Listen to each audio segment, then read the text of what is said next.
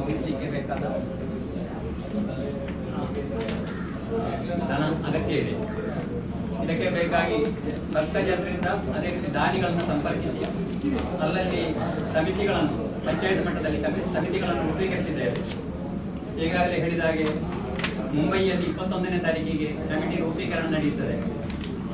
ಮಂಗಳೂರು, ಸುಳ್ಯ, ವಿಟ್ಲ ಈ ಕಡೆ ಆಲ್ರೆಡಿ ಈಗ ಕಮಿಟಿ ಆಗಿದೆ.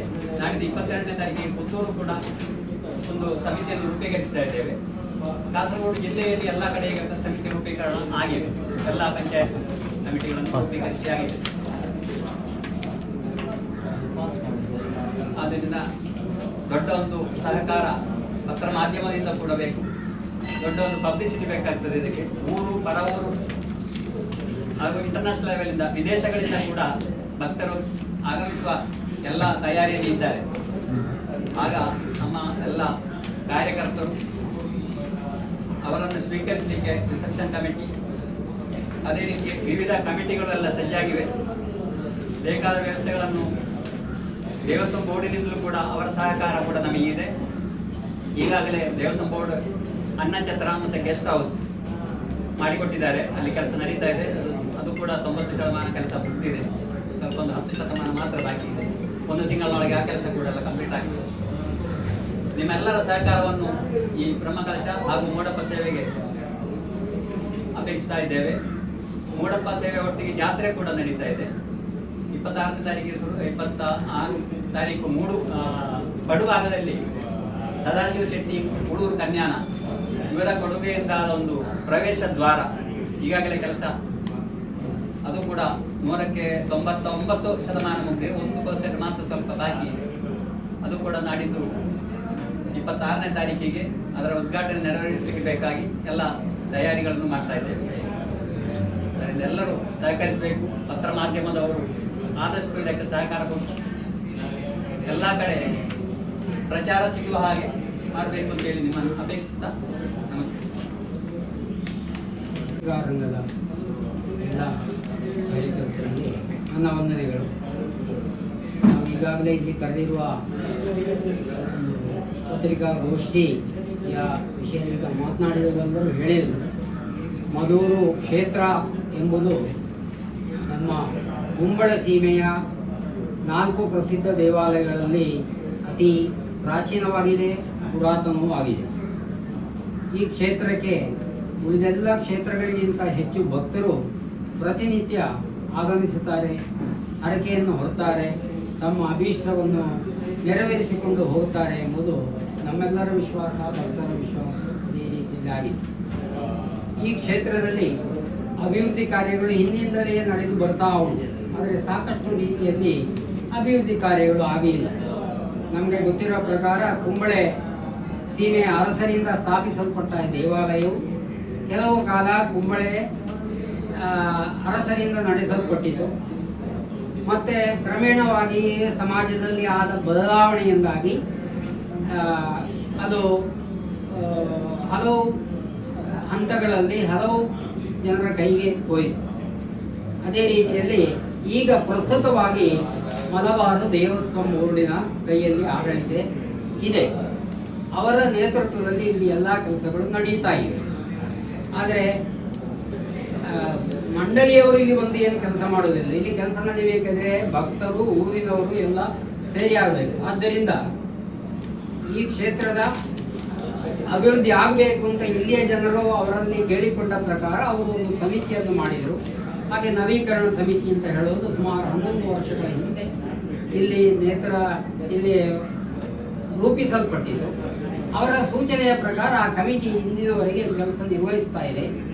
ನಮಗೆ UT ಆಳ್ವರು ಅದರ ಅಧ್ಯಕ್ಷರಾಗಿದ್ದರು. ನಮ್ಮ ಬ್ರಹ್ಮಕಲಶೋತ್ಸವ ಸಮಿತಿ ಅಧ್ಯಕ್ಷರು ಅವರೇ ಆಗಿದ್ದರು.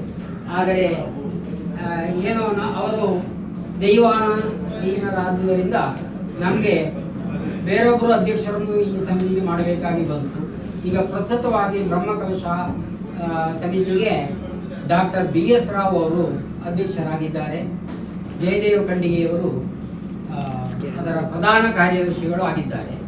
ಅಲ್ಲದೆ ಹಲವು ಸಮಿತಿಗಳು, ಉಪಸಮಿತಿಗಳು ವಿವಿಧ ರಂಗಗಳಲ್ಲಿ ದುಡಿಲಿಕ್ಕೆ ಈಗ ಸಜ್ಜುಗೊಂಡಿವೆ.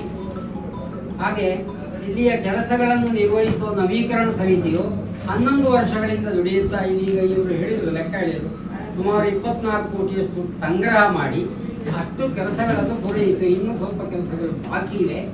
ಇನ್ನು ನಮ್ಮ ಈ ಬ್ರಹ್ಮಕಲಶ ಮೂಡಪ್ಪ ಸೇವೆ ಎಲ್ಲ ನಡಿಬೇಕಿದ್ರೆ ಒಂದು 10 ಕೋಟಿಯಷ್ಟು ಹಣ ಅಗತ್ಯ ಇದೆ. ಅದು ಸಂಗ್ರಹವಾಗಬೇಕಾಗಿದೆ. ಭಕ್ತ ಜನರು ನಮಗೆ ಕೈ ಚಾಚುತ್ತಾ ಇದ್ದಾರೆ, ಆಗಬಹುದು ಎಂಬ ವಿಶ್ವಾಸದಿಂದ ನಾವು ಕೆಲಸಕ್ಕೆ ಹೊರಟಿದ್ದೇವೆ. ಇನ್ನು ಇಲ್ಲಿ ನಡಿಬೇಕಾದ ಈ ದೊಡ್ಡ ಒಂದು ಸೇವೆ ಅಂತ ಹೇಳಿದರೆ ನಮ್ಗೆ ಗೊತ್ತುಂಟು, ಮೂಡಪ್ಪ ಸೇವೆ ಮತ್ತು ಅಷ್ಟಬಂಧ ಬ್ರಹ್ಮ ಕಲಶೋತ್ಸವ. ಈ ಕ್ಷೇತ್ರದಲ್ಲಿ ಹಿಂದೆ ಹಲವು ಕಾರ್ಯಕ್ರಮಗಳು ನಡೆದಿವೆ, ನಮ್ಗೆ ಗೊತ್ತು. ಅದರಲ್ಲಿ ಮೂಡಪ್ಪ ಸೇವೆ ಇದು 5ನೆಯ ಮೂಡಪ್ಪ ಸೇವೆ. 1795-97ರಲ್ಲಿ ಅದು ಸ್ವಂತ ವ್ಯಕ್ತಿಗಳು ಕೈಯಿಂದ ಹಣ ಹಾಕಿ ಮಾಡಿದಂತ ಮೂಡಪ್ಪ ಸೇವೆ. ಆಮೇಲೆ ಸಮಿತಿಗಳ ನೇತೃತ್ವದಲ್ಲಿ ಅದು 62 ಮತ್ತು 1992ರಲ್ಲಿ. ಆ ಕಾಲದಲ್ಲಿ ಹಾಗೆ ನಾವು ತಿಳಿದ ಪ್ರಕಾರ ಕಡಿಮೆ ವೆಚ್ಚದಲ್ಲಿ ಇದೆಲ್ಲ ಆಗಿದೆ. ಒಂದು 60-65 ಲಕ್ಷ ರೂಪಾಯಿಯಲ್ಲಿ ಎಲ್ಲ ಕೆಲಸ ನಿರ್ವಹಣೆ ಆಗಿದೆ, ಅಲ್ಲಿ ಉಳಿಕೆ ಆಗಿದೆ ಅಂತ ಹೇಳುವುದು ಕೇಳಿದ್ದೇವೆ. ಆದರೆ ಈಗ ಹಾಗೆ ಆಗೋದಿಲ್ಲ, ಈಗ ಕೋಟಿಗಳ ಲೆಕ್ಕ ನಮಗೆ ಬೇಕಾಗ್ತದೆ. ಆ ಕಾಲದಲ್ಲಿ ಬಹಳ ವೈಭವದಿಂದ ನಡೆದಂತ ಈ ಕಾರ್ಯಕ್ರಮಕ್ಕೆ ಎಲ್ಲ ನಮ್ಮ ಸುತ್ತಮುತ್ತಲಿನ ಪ್ರದೇಶದಿಂದ ಎಲ್ಲ ಭಕ್ತರು ಆಗಮಿಸಿ ಬಹಳ ಗಣಪತಿಯ ಆ ದೇವರ ಒಂದು ವೈಭವ ಒಂದು ಮೆರೆಯುವಂತೆ ಮಾಡಿದ್ದಾರೆ. ಅಷ್ಟು ಭಕ್ತರು ಬಂದಿದ್ದಾರೆ. ಇದು ಒಂದು ವಿಶೇಷ ಒಂದು ಕಾರ್ಯಕ್ರಮವಾಗಿ ಮೆರೆದಿದೆ. ಅದಕ್ಕಿಂತಲೂ 10 ಪಾಲು ಹೆಚ್ಚಿನ ಒಂದು ರೀತಿಯಲ್ಲಿ ಇದು ನಡಿಬೇಕು ಅಂತ ಹೇಳುವುದು ನಮ್ಮೆಲ್ಲರ ಆಗ್ರಹವಾಗಿದೆ. ಅದಕ್ಕೆ ಬೇಕಾಗಿ ನಾವು ಈಗಾಗಲೇ ಸಮಿತಿಯನ್ನು ರೂಪಿಸಿದ್ದೇವೆ. ಅದು ನನ್ನ ನೆನಪಿನ ಪ್ರಕಾರ 2024ನೇ ಇಸ್ವಿಯಲ್ಲಿ ದೇವಸ್ವಂ ಬೋರ್ಡು, ಕಮಿಷನರು ಎಲ್ಲರೂ ಬಂದು ಇಲ್ಲಿ ಇದರ ಸಮಿತಿಯನ್ನು ಘೋಷಣೆ ಮಾಡಿದರು. ಆ ಸಮಿತಿಯ ಅಧ್ಯಕ್ಷರು, ಗೌರವ ಅಧ್ಯಕ್ಷರು ನಮ್ಮ ಎಡನೀರು ಮಠದ ಸ್ವಾಮೀಜಿಯವರು, ಶ್ರೀ ಸಚ್ಚಿದಾನಂದ ಭಾರತಿ ಸ್ವಾಮೀಜಿಯವರು. ಹಿಂದೆ ಕೇಶವಾನಂದ ಭಾರತಿಯವರು ಆ ಕಾಲದಲ್ಲಿ ಆರಂಭದಲ್ಲಿ ಅವರಾಗಿದ್ದರು.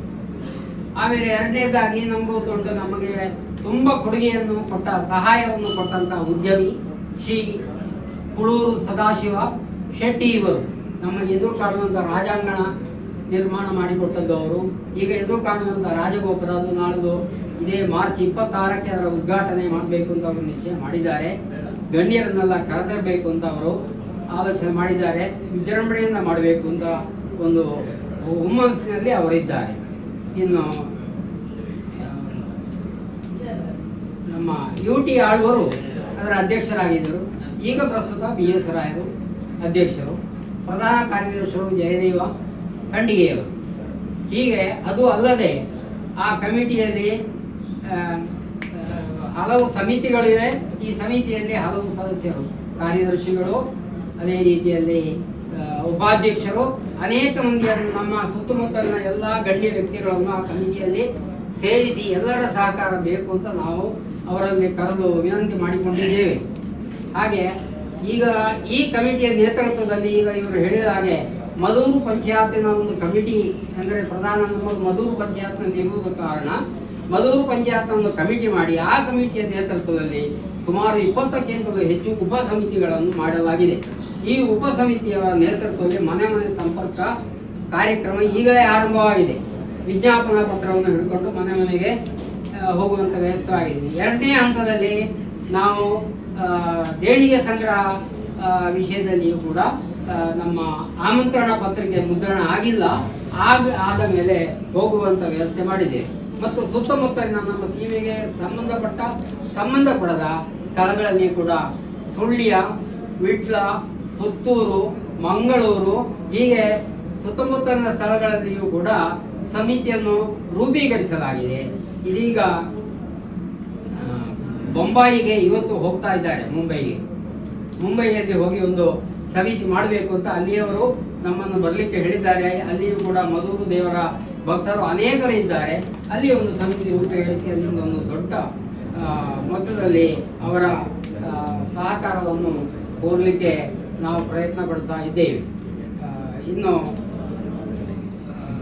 ಹೆಚ್ಚಿನ ವಿಷಯ ಹೇಳುವುದಾದರೆ ನಮಗೆ ಈಗಾಗಲೇ ನಾವು ಗಣ್ಯ ವ್ಯಕ್ತಿಗಳನ್ನೆಲ್ಲ ಇದರಲ್ಲಿ ಸೇರಿಸಬೇಕು, ಈ ಆಮಂತ್ರಣ ಪತ್ರಿಕೆಯಲ್ಲಿ ಹಾಕಬೇಕು, ಅವರೊಂದಿಗೆ ಬರಬೇಕು ಅಂತ ಹೇಳುವುದಕ್ಕೆ ಕೇರಳ ಸರ್ಕಾರದ ಗಣ್ಯ ಮಂತ್ರಿಗಳನ್ನು ಭೇಟಿ ಮಾಡಿದ್ದಾರೆ, ಬರುವ ಎಂಬ ಭರವಸೆ ಕೊಟ್ಟಿದ್ದಾರೆ, ಡೇಟ್ ಸಿಕ್ಕಲಿಲ್ಲ. ಅದೇ ರೀತಿಯಲ್ಲಿ ಕೌಡಿಯಾರ್ ಪ್ಯಾಲೇಸಿನ ರಾಜ್ಞಿಯವರು ಕೂಡ ಬರ್ತಾರೆ ಅಂತ ಕೊಟ್ಟಿದ್ದಾರೆ. ಅಲ್ಲಿಂದ ಆ ಬದಿಯಿಂದ ಒಂದು ರಥ ಇದರ ಬದಿಯಲ್ಲಿ ಹೊರಟು ನಮ್ಮ ಕ್ಷೇತ್ರಕ್ಕೆ ಬರುವಂತಹ ಒಂದು ಕಾರ್ಯಕ್ರಮವನ್ನು ಇಟ್ಟುಕೊಂಡಿದ್ದಾರೆ.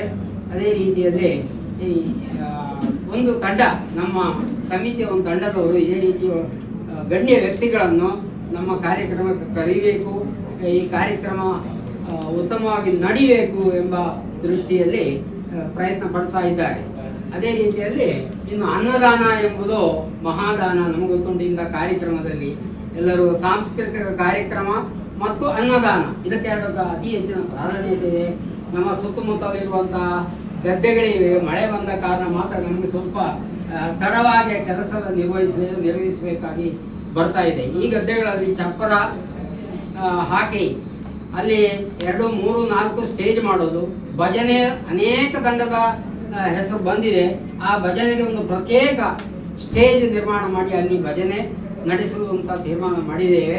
ಬಾಕಿ 2-3 ಸ್ಟೇಜ್ಗಳಲ್ಲಿ ಸಾಂಸ್ಕೃತಿಕ, ಧಾರ್ಮಿಕ ಮತ್ತು ಕಾರ್ಯಕ್ರಮಗಳು ನಡೀಲಿಕ್ಕೆ ಇವೆ. ಇದೆಲ್ಲ ಯಶಸ್ವಿಯಾಗಿ ನಡೆದರೆ ಅನ್ನದಾನಕ್ಕೆ ಕೂಡ 2 ಪ್ರಧಾನ ಸ್ಥಳಗಳಲ್ಲಿ ವ್ಯವಸ್ಥೆ ಮಾಡಲಿಕ್ಕೆ ತೀರ್ಮಾನ ಉಂಟು. ಅಲ್ಲದೆ ತಂತ್ರಿಯವರ ಯಾವುದು ಅನ್ನದಾನವು ಕೂಡ ಪ್ರತ್ಯೇಕ ವ್ಯವಸ್ಥೆ ಮಾಡುವಂತಹ ಒಂದು ಕಾರ್ಯಕ್ರಮಕ್ಕೆ ಆಲೋಚನೆ ಮಾಡಿದ್ದೇವೆ. ಇದಕ್ಕೆಲ್ಲ ಸ್ವಲ್ಪ ನಮಗೆ ಅದರ ಆರಂಭ ಮಾಡಬೇಕಿದ್ರೆ ಸ್ವಲ್ಪ ತಡ ಇದೆ, ಯಾಕೆಂದ್ರೆ ಈ ಮಳೆ ಇನ್ನೂ ಬಿಡಲಿಲ್ಲ, ಅದು ಸ್ವಲ್ಪ ತೊಂದರೆಯನ್ನು ಕೊಡ್ತಾ ಇದೆ. ಏನಿದ್ರು ಕೂಡ ಈ ಕಾರ್ಯಕ್ರಮಗಳೆಲ್ಲ ಯಶಸ್ವಿಯಾಗಿ ನಡಿಬೇಕು ಅಂತ ದೇವರ ಕಲ್ಪನೆಯೂ ಹೌದು, ನಮ್ಮ ಕಲ್ಪನೆಯೂ ಹೌದು, ಊರವರ ಕಲ್ಪನೆಯೂ ಹೌದು. ಆದ್ದರಿಂದ ಅದಕ್ಕೆಲ್ಲಾಗಿ ನಾವು ದುಡಿಬೇಕು. ಈ ನಿಟ್ಟಿನಲ್ಲಿ ದುಡಿಬೇಕಿದ್ರೆ ಇದು ಪ್ರಚಾರ ಆಗಬೇಕು, ಎಲ್ಲ ಸ್ಥಳಗಳಿಗೆ ತಲುಪಬೇಕು. ಈಗ ಮೀಡಿಯಾ ಎಂಬುದು ದೊಡ್ಡ ಒಂದು ಇದು, ನಮ್ಗೆ ಒಂದು ಎಲ್ಲ ವಿಷಯಗಳು ನಾವು ಕೈಯಲ್ಲಿ ಬರೆಯುವುದ ಬದಲು ಇವೆಲ್ಲ ಯಾವುದು ನಮ್ಮ ಕೈಯಲ್ಲಿರೋ ಫೋನ್ನಲ್ಲಿ ಎಲ್ಲ ಸಂದೇಶಗಳು ಒಂದು ಬದಿಯಿಂದ ಇನ್ನೊಂದು ಬದಿಗೆ ತಲುಪುತ್ತೆ. ಅದೇ ರೀತಿಯಲ್ಲಿ ಮಾಡಬೇಕು ಅಂತ ಹೇಳಿ ನಾವು ಈ ಒಂದು ಸಭೆಯನ್ನು ಕರೆದದ್ದು. ಈ ಮೀಡಿಯಾದವರು ನಮಗೆ ಸಹಕರಿಸಬೇಕು.